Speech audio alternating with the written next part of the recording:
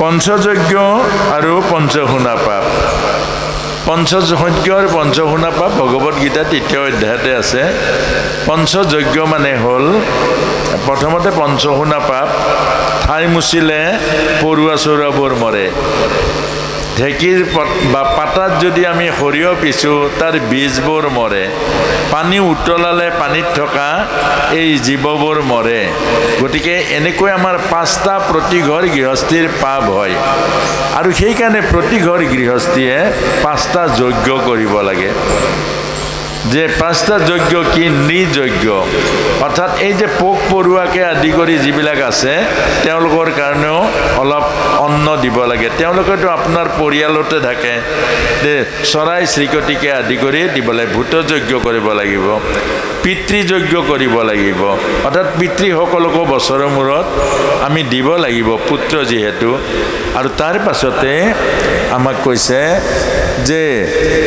এই যেটো অতিথি ভূতযজ্ঞ ভূত মানে প্ৰাণী অৰ্থাৎ অতিথি এজন আহিলে সেইজনকো আমি অতিথি শুশ্ৰূষা কৰিব লাগিব এই 5টা যজ্ঞ আমি যদি কৰোঁ তেতিয়াহ'লে পঞ্চশুনা পাপটো অৰ্থাৎ পঞ্চশুনা পাপ নকৰাকৈ কাম কৰিব নোৱাৰে পানীটো উতলাব লাগিব নালাগিব গতিকে সেইটো পাপ হ'ব গতিকে তাৰ বিনিময়ত আমি কি কৰিব লাগিব এই নিষ্কাম জীৱৰ ঘৰৰ অতিথি সেৱা ভূত সেৱা তাৰ পাছতে এই আমাৰ সৰু সৰু জীৱ জন্তু এইবিলাকৰ সেৱা অতিথি সেৱা এইবোৰৰ দ্বাৰা আমাৰ 5টা পাপ গুচি যায় গতিকে আমাৰ গৃহস্থী আশ্ৰম বৰাবৰ হয় এই কথাটোকে কৈছে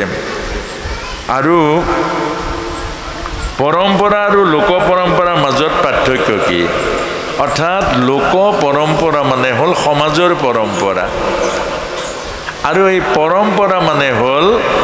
কালি যে কৈছিলোঁ মৌজাদাৰৰ ঘৰত মেকুৰী এটা দেখা পাছত আকৌ বাকীবিলাকে ভাবিলে দেউতাৰ শ্ৰাদ্ধত মেকুৰী বান্ধিবই লাগে খেদি খেদি মেকুৰী আনি বান্ধে তাৰ কোনো অৰ্থ নাই সেইটো পৰম্পৰাৰ কোনো অৰ্থ নাই দেখাক দেখি পৰম্পৰা কিন্তু দেখাক দেখি পৰম্পৰাটোৰ কোনো অৰ্থ নাই কিন্তু কেতিয়াবা লোক পৰম্পৰা মানে আমাৰ কিছুমান জাতিৰ পৰম্পৰা আছে আমাৰ কিছুমান সংস্কৃতিৰ পৰম্পৰা আছে যেনেকৈ অসমীয়া জাতিয়ে ধুতি চেলেং গামোচা ল'ব লাগিব সেইটো আমাৰ লোক পৰম্পৰা অসমীয়া জাতিৰ পৰম্পৰা তে সেইকাৰণে আমাৰ এইটো আমাৰ অসমীয়া মানে নামঘৰত আহিলে যে এই লোক পৰম্পৰাটো আহিব লাগিব এইটো সুপৰম্পৰা কাৰণ সেইটো জাতীয় পৰম্পৰা জাতীয় সাজপাৰ যে ভকতৰ যিটো পৰম্পৰা কিন্তু লুঙি পিন্ধিও আলি হ'ব বৃন্দাবনততো লুঙি পিন্ধে তাত নহ'ব জানো কিন্তু তাত আকৌ সেইটো আমাৰ সংস্কৃতিত নাই আমাৰ লোক পৰম্পৰা যে বিহাৰৰ লোক পৰম্পৰা বেলেগ হ'ব উৰিষ্যাৰ লোক পৰম্পৰা বেলেগ হ'ব সেইকাৰণে এই লোক পৰম্পৰা আৰু আমাৰ এটা এই কুপৰম্পৰা মানে অৰ্থ নোহোৱা পৰম্পৰা কিন্তু আমাৰ এই যে 3খন বস্ত্ৰ অৰ্থ আছে পৰম্পৰা সত ৰজ তম 3 বস্ত্ৰ অৰ্থাৎ গাঁঠি নোহোৱা কাপোৰ পিন্ধি ভকত হ'ব লাগিব আৰু গাঁঠি থকাজন ভকত হ'ব নোৱাৰে সেইটো পৰম্পৰাৰ অৰ্থ আছে কিন্তু এই মেকুৰী আনি বান্ধি পেলাই শ্ৰাদ্ধ কৰা তাত কোনো পৰম্পৰা নাই সেইটো কুপৰম্পৰা ধৰিব পাৰিছেনে আমাৰ যে সেৱা ভাগত কিছুমান নিয়ম যে দিছে নহয় আমাৰ কিছুমান আকৌ এই কুপৰম্পৰা আছেনে যে বোৱাৰী এজনী আমাক বহুতে আপত্তি দিছে বোৱাৰী এজনী আগত আহিব নোৱাৰে পাছফালে চাহ দিব লাগে আচ্ছা পাছফালে চাহ দিয়ে জানো বোৱাৰীজনী 7 দিন আগত অপবিত্ৰভাৱে ইয়াত কেতিয়াও নাহে আৰু সেইজনী বোৱাৰীয়ে শৰণ ভোজন লোৱা বোৱাৰী তাই চাহটো বা কেলে দিব নোৱাৰে যিজন গোসাঁয়ে শৰণ ভোজন দিছে তেওঁ চাহ কেলে নাখাব আৰু যদি সেইগৰাকীৰ হাতে চাহ খাব নোৱাৰে শৰণ ভোজন কি শৰণ ভোজন দিলে আপোনাক ভগৱানৰ ওচৰত অন্ন আপোনাৰ প্ৰসাদ অৰ্পণ কৰিবলৈ দিলে আৰু আপোনাৰ হাতে প্ৰসাদ খাব নোৱাৰে তেতিয়াহ'লে ভগৱানে খাব পাৰে আৰু মৰ্ত্যৰ গোসাঁয়ে কেলে খাব নোৱাৰে এইটো কুপৰম্পৰা অৰ্থাৎ আমি বয়োজ্যেষ্ঠজনে আনৰ হাতে অন্ন নাখাওঁ গাভৰুৰ হাতে কিন্তু মোৰ ছোৱালীজনীৰ হাতে খাওঁ বেলেগৰ ছোৱালীৰে নাখাওঁ সেইটো কুপৰম্পৰা কিন্তু অন্ন নোখোৱাৰ পৰম্পৰাটো সুপৰম্পৰা সেইটো আকৌ পৰম্পৰাটো ভাল কি ভাল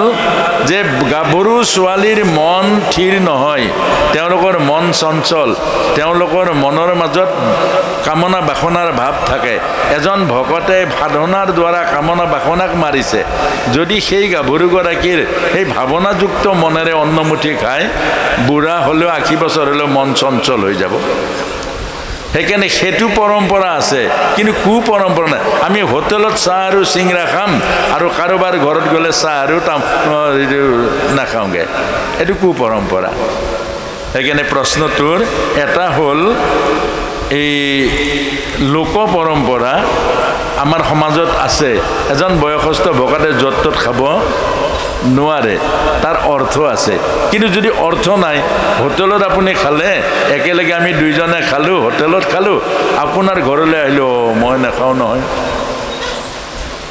এইটো আকৌ ঠিক নহ'ব এজন ৰজা আছিলে এজন ব্ৰহ্মচাৰী পুহি ৰাখিছিলে এদিন ব্ৰহ্মচাৰীজনৰ ওচৰলৈ ৰাণী গ'ল ৰাণীয়ে দেখিলে ব্ৰহ্মচাৰীজনৰ চকুত কাম দৃষ্টি ৰাণীৰ প্ৰতি তেতিয়া ৰাণীয়ে লগে লগে ক'লে মহাৰাজ এইজন ব্ৰহ্মচাৰী নহয় এইজন চৰিত্ৰহীন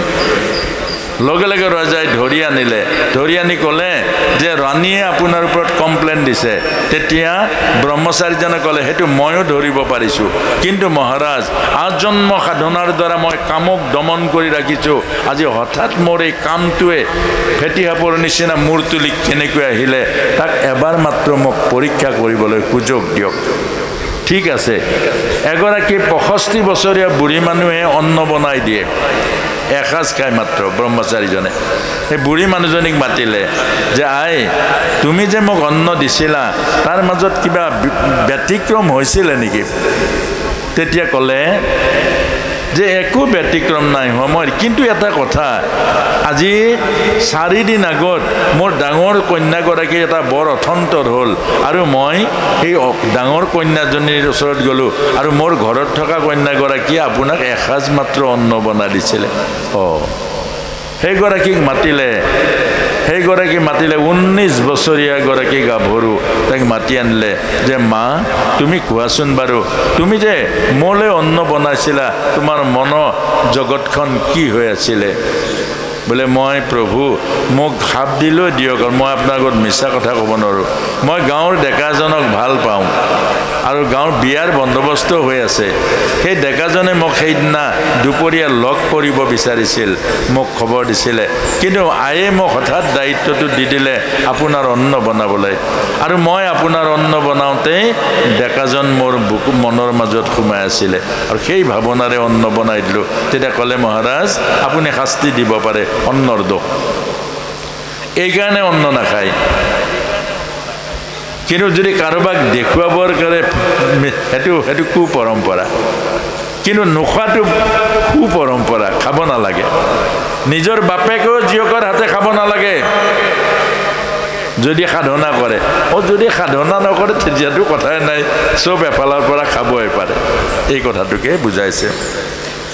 আৰব্ধ প্ৰাৰব্ধ অনাৰব্ধ বৰ্তমানৰ কাম অতীতৰ কাম আৰু ভৱিষ্যতৰ কাম এই তিনিটা ফল আমাৰ জীৱনলৈ আহে আগৰ কাম কৰাৰ ফল এই জন্মত ভোগ কৰিম অহা জন্মত আজিৰ কাম কৰা অহা জন্মত ভোগ কৰিম সেইকাৰণে ভাল কাম কৰক অহা জন্মটো সুখৰ হ'ব আৰু বেয়া কাম কৰক অহা জন্মত দুখৰ হ'ব আৰব্ধ প্ৰাৰব্ধ আৰু অনাৰব্ধ এই তিনিটা কৰ্মৰ ফল আমাৰ লগত থাকে ইয়াকে সংস্কাৰ বুলি কয় গতিকে আৰব্ধ মানে আগৰ জন্মৰ কৰ্মৰ ফলত এই জন্ম ভোগ কৰিছোঁ আৰু এই জন্মৰ কৰ্মৰ ফল অহা জন্মত ভোগ কৰিম গতিকে সাৱধান যি খেতি কৰে ফল সেই খেতিয়ে পাব গতিকে খেতিটো ভাল কৰক বেয়া খেতি নকৰিব নহয় জানো প্ৰেমৰ বেপাৰ কৰক মৰম চেনেহ ভাল পোৱাৰ বেপাৰ কৰক হিংসাৰ বেপাৰ নকৰিব কেলে পিছৰ জন্ম সাপ বা কুকুৰ হ'ব লাগিব প্ৰশ্ন কৰাজন সুন্দৰ আৰু এইটো গীতাৰ এজন ভকতে হ'ব তেখেতে গীতাৰ এক সুন্দৰ প্ৰশ্নখিনি কৰিছে আৰু এইখিনি চমুকৈ এইখিনি কৈছে ভুল ত্ৰুটি যদি হৈছে এতিয়া নকয় অহা দিনত আমাক ক'ব যিকণ আমাৰো যদি এইটো কথাখিনি কওঁতে ভুল হৈছে আপুনি আমাক সোঁৱৰাই দিব কৃষ্ণ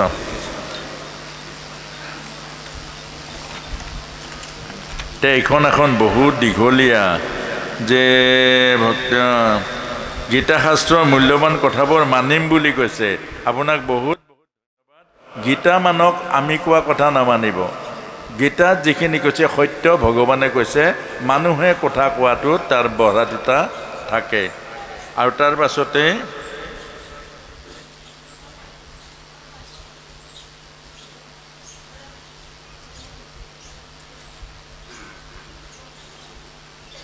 আৰু দুই এজনৰ কাৰণে পাঠ কৰিব নাপায় বুলি কোনোবাই কৈছে সকামত পাঠ নকৰিব ভকতৰ মাজত নিয়মত কৰিব লাগিব নিজৰ কাৰণে জ্ঞানৰ কাৰণে পাঠ কৰিব পাৰিব তাত কোনো বাধা নাই সকলোৱে পাৰিব গীতা কিন্তু ভকতৰ মাজত পাঠ কৰিব লাগিলে ভকতৰ নিয়মৰ মাজেৰে কৰিব লাগিব আৰু সেইটো হ'ল সকামী সকামত যদি ছিদ্ৰ হয় এঘৰ গৃহস্থীয়ে এটা সকাম পাতিবলৈ ৫,০০০ টকা খৰচা কৰিব আৰু আপুনি সকামটো ছিদ্ৰ লগালে ৫,০০০ টকাটো এনেই যাব অথলে গতিকে ছিদ্ৰ নোহোৱাকৈ কৰিব তেতিয়া ভকতৰো পুণ্য হ'ব সকামীৰ গৃহস্থীৰো কল্যাণ হ'ব যদি ছিদ্ৰ ৰাখি কৰে ভকত অপৰাধী হ'ব আৰু গৃহস্থীৰ পইচাটো এনেই যাব গতিকে সদায় এই সংকল্পিত বা সকামী কৰ্ম অপৰিপক্কভাৱে কোনেও নকৰিব পৰিপক্ক হৈ ল'ব কাৰণ কি শব্দ ভুল হ'লে পাঠৰ ভুল হ'লে ফল নাপায় কিন্তু নিজৰ জীৱনক গঢ়িবৰ কাৰণে গীতা পঢ়ক তাত কোনো বাধা নাই টেবুলত পঢ়ক আপুনি ক'ৰবাত পঢ়ক কিন্তু মৰ্যাদাটো হেৰুৱাব নোৱাৰিব গীতাৰ মৰ্যাদাটো ৰাখিব লাগিব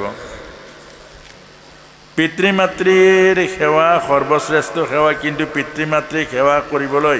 যেনে ঘৰখনত কেনেকুৱা পৰিৱেশ হ'বৰ প্ৰয়োজন পৰিৱেশ বনাই ল'ব পাৰি এজন মানুহে মোক ঢেৰ গালি পাৰিলে মই যদি শান্ত হওঁ মই যদি সহনশীল হওঁ গতিকে সেই গালিবোৰ এদিন মই পৰিৱৰ্তন কৰিব পাৰিম ধৈৰ্য লাগিব আৰু আমাক কৈছে গুৰু যদি চোৰ হয় গুৰুৱে যদি আপোনাক ঠগে গুৰুৰ দোষ নেদেখিব বামন ভগৱান কৰ বুলি ভাবি ল'ব আৰু গুৰু যদি লম্পট হয় তেতিয়া ভাবি ল'ব ভগৱান কৃষ্ণই 16,000 গোপীক নাচিছিল বাৰু বিয়া পাতিছিল সেইকাৰণে গুৰুৰ দোষ নেদেখিব পিতৃ মাতৃৰ দোষ নেদেখিব কাৰণ কেলে পিতৃ মাতৃৰ দোষ দেখিলে আপুনিও নৰকত যাব আৰু সেৱাও হেৰাই যাব ধৈৰ্য ধৰক কেলে আপুনি দুখ যে আৰু কষ্ট পাইছে পূৰ্বজন্মৰ কৰ্মৰ ফল আপুনি আগৰ জন্মত ল'ৰা ছোৱালীক তেনেকুৱা অত্যাচাৰ কৰিছিল আপুনি আপোনাৰ ল'ৰা ছোৱালীক অত্যাচাৰ কৰিছিল সেই অপৰাধৰ ফলত এই জন্মত আপোনাক এনেকুৱা এখন ঘৰ দিলে যিখন ঘৰৰ পিতৃয়ে আপোনাক পথ দেখুৱাব লাগিছিল সেই পিতৃয়ে আপোনাক দিনে ৰাতি অত্যাচাৰ কৰিব আপুনি সহি যাওক কেলে পূৰ্বজন্মৰ কৰ্মৰ ফল এইকাৰণে আমাৰ ভগৱত গীতাত কৈছে সুচিনাং শ্ৰীমতাং গৃহে যোগভ্ৰষ্ট বিজায়তে যি যোগী যি ভাল কাম কৰে সি ভাল পিতৃ মাতৃৰ ঘৰ পায় আৰু ভাল পিতৃ মাতৃৰ ঘৰ পোৱাৰ লগে লগে তাৰ জীৱনটো আৰম্ভণিৰ পৰা ভাল হৈ যায় কিন্তু যিজনে পাপ কৰে অপৰাধ কৰে পূৰ্বজন্মৰ তেওঁ বেয়া পিতৃ মাতৃৰ ঘৰ পায় আৰু বহুত দুখ আৰু কষ্ট খাব লগা হয় ইয়াৰ কাৰণে কুন্তি মাতাই কৈছে পঞ্চপাণ্ডৱক আনক দোষ নিদিবা তোমাৰ কৰ্মৰ ফল তুমি ভোগ কৰা আৰু এদিন সেই ভোগবোৰ যেতিয়া কাটি যাব অৰ্থাৎ এজন অপৰাধীয়ে চুৰ কৰাৰ অপৰাধ মাত্ৰ এমাহ লকাপত থাকিব লাগে লকাপত থাকি এমাহ পাছত গুচি আহিব আৰু চুৰ নকৰিব তেতিয়া আপোনাৰ মোৰ জীৱন আশুদ্ধৰ হ'ব গতিকে সহিবলৈ যত্ন কৰক মাতৃৰ অপকৰ্মৰ বিৰুদ্ধে পুত্ৰই যেতিয়া বাধা প্ৰদান কৰে তেতিয়া পুত্ৰ বোৱাৰীক ঘৰৰ পৰা বাহিৰ কৰি যায় এইবোৰ বৰ্তমান কলিযুগ এইবোৰ আমাৰ এতিয়া অপকৰ্মৰ ফল গতিকে আপোনাক মই এটা কথাই জনাইছোঁ এইখিনি নপঢ়োঁ ভাল নালাগে আপুনি আধ্যাত্মিক জীৱন যাপন কৰক আধ্যাত্মিক জীৱন যাপনৰ অৰ্থ হ'ল নিজে নিজক চিনি পাওক নিজে সাধনা কৰক আৰু নিজে নিজৰ জীৱনক পৰিশুদ্ধি কৰক তথাপিও দোষ নেদিব ভগৱান ৰামে যেতিয়া কৈ মাই বনবাসলৈ পঠিয়াইছিল কৈ মাক চৰণত ধৰি কৈছিলে মা তুমি মোক বহুত উপকাৰ কৰিলা কেলে এই তোমাৰ উপকাৰৰ মই ঋণ পৰিশোধ কৰিব নোৱাৰিম কেলে তুমি যদি মোক বনবাস নিদিলাহেঁতেন মই ভগৱান হ'ব নোৱাৰিলোহেঁতেন তুমি সমস্ত অপযশ মূৰ পাতি ললা জগতত কৈ ৰামক বনবাস দিয়াৰ কাৰণে বহু অপযশ খালে কিন্তু তাৰ অন্তৰত প্ৰভু ৰামে দেখিলে জ্ঞানৰ দৃষ্টিত যে ৰামক ভগৱান কৰিবৰ কাৰণে কৈ মা অপযশ মূৰ পাতি ল'লে গতিকে আপোনাৰ এইটো সুযোগ আপোনাৰ এইটোৱে সুযোগ এইটো পূৰ্বজন্মৰ কৰ্মৰ পৰা আপুনি এইখিনি ফল পাইছে আৰু আপুনি আধ্যাত্মিক সাধনা কৰক আৰু আপুনি আগৰ জন্মৰ ফলখিনি শুদ্ধ কৰিবলৈ যত্ন কৰক তথাপিও আপোনাক মায়ে জন্ম দিছে তথাপিও আপোনাক পিতৃয়ে জন্ম দিছে পিতা আৰু মাতা শব্দ দুটা লওক দেখা পিতা মাতাক বাদ দিয়ক পিতা মাতাৰ শব্দ দুটা লওক পিতৃদেৱ ভৱ মাতৃদেৱ ভৱ পিতা আৰু মাতা তথাপিও পূজনীয় গতিকে আপুনি এই নিজেই কেনেকৈ পাৰে তাক আধ্যাত্মিক সাধন কৰিবৰ কাৰণে যত্ন কৰক মা দেউতাক তথাপিও আপোনাৰ কষ্ট নিদিব কেলে বেয়া মাত নামাতিব কেলে পিতৃ আৰু মাতৃ শব্দ দুটাই হ'ল দেৱ ভৱ গতিকে আপোনাৰ এইটো কাটি যাব বেছি দিন নাথাকে গতিকে সহিলে সম্পদ আৰু কুন্তি মাতাই সেইটোৱে উপদেশ দিছে আমিও সেই কথাটোকে কৈছোঁ পঞ্চপাণ্ডৱক কৈছে যে পঞ্চপাণ্ডৱক কৈছে যুধিষ্ঠিৰ ভীম অৰ্জুন নকুল সহদেৱ দুৰ্যোধনৰ প্ৰতি বেয়া ভাৱ নানি বাবা কৰ্ণ যে কৌৰৱৰ প্ৰতি বেয়া ভাৱ কেতিয়াও জন্ম নিদিবা হৃদয়ৰ মাজত কেলে তোমালোকৰ পূৰ্বজন্মৰ কৰ্মৰ ফল আৰু ভগৱানৰ ইচ্ছাত ঘটিছে এইবোৰ কথা গতিকে তোমালোকে যদি তোমাৰো হৃদয়খন নষ্ট কৰি দিয়া তোমালোকে যদি হৃদয়খন প্ৰতিহিংসা বৰণ কৰি দিয়া যে তেতিয়া তোমালোকে অধগতি যাবা ঈশ্বৰক নাপাবা সেইকাৰণে মনত ৰাখিব আপোনাৰ মনটো আপুনি নষ্ট নহ'ব পিতৃ মাতৃয়ে এইখিনি কৰিছে যে পিতৃ মাতৃ তথাপিও আপুনি নষ্ট নহ'ব আপুনি নকৰিব অৰ্থাৎ কোনোবাই শিলগুটি মাৰিছে সহিবলৈ যত্ন কৰক মেডিকেল আছে মেডিকেলত মলম লগাওক আপুনিও উল্টাই শিলগুটি নামাৰিব তেতিয়া আপুনিও অপৰাধী হৈ পৰিব এইখিনিকে দিছোঁ আৰু আপুনি মোক দিনত কালি লগ কৰিব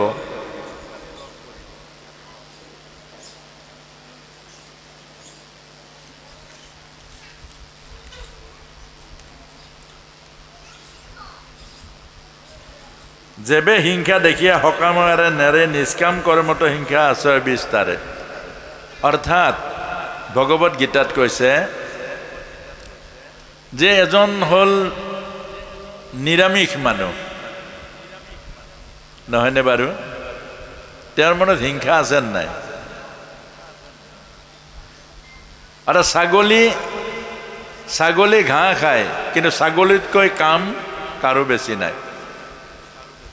ছাগলী ঘাঁহ খায় নাখায় ছাগলীতকৈ কামোক আৰু আছে নেকি সেইকাৰণে ছাগলীতকৈ কামোক আৰু কিবা আছে জানো সেইকাৰণে ছাগলী বলি দিয়ে ছাগলী বলি নিদিয়ে কামটো বলি দিয়ে ছাগলী হ'ল প্ৰতীক এতিয়া আমাক কৈছে নিষ্কাম কৰ্ম তাতো হিংসা আছে সকাম কৰ্ম তাতো হিংসা আছে এতিয়া আপুনি হিংসা বুলি এৰিব জানো পানী খালে পানীটো জীৱ নাই জানো আছে নাই পানী উতলালে আপুনি আমিষ আহাৰ নাখায় কিন্তু পানীটোতো উতালে তাত ঢেৰ জীৱ জন্তু নমৰে জানো সেইকাৰণে আপোনাক মোক কৈছে সদায় ভগৱানক অৰ্পণ কৰিব তাত পাপ নহয় নিষ্কাম আৰু সকাম এই দুইটাই সমান কেতিয়াবা নিষ্কাম কৰ্ম কৰে অহংকাৰী হৈ যায় মই চবতকৈ ওপৰত আছোঁ মই নিষ্কাম সেৱা কৰিছোঁ আৰু এজনে যে মই খামেই চব খাম দুইজন একেই হৈ পৰে এজন ভগৱানৰ নামত অভিমানী হয় এজন সংসাৰৰ নামত দুইটাই অভিমান সেইকাৰণে আমাক এটা কথা কৈছে ভগৱানক অৰ্পণ কৰিলে সকলো কাম সুন্দৰ হ'ব নহ'লে আপোনালৈ ফল যাবই ধৰিব পাৰিছেনে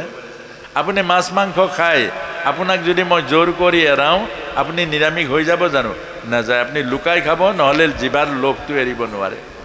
কোনোবাই খোৱা দেখিলে জিভাৰ পানী পৰিব তাতকৈ খোৱাই ভাল এই কথাটোকে কৈছে সকাম আৰু নিষ্কাম এই দুইটাৰ পাৰ্থক্যটো দিছে কিন্তু ভগৱানক অৰ্পণ কৰি দিয়ক সেইটোৱে হ'ল সকলোতকৈ উত্তম প্ৰভুত অৰ্পণ কৰি দিয়ক।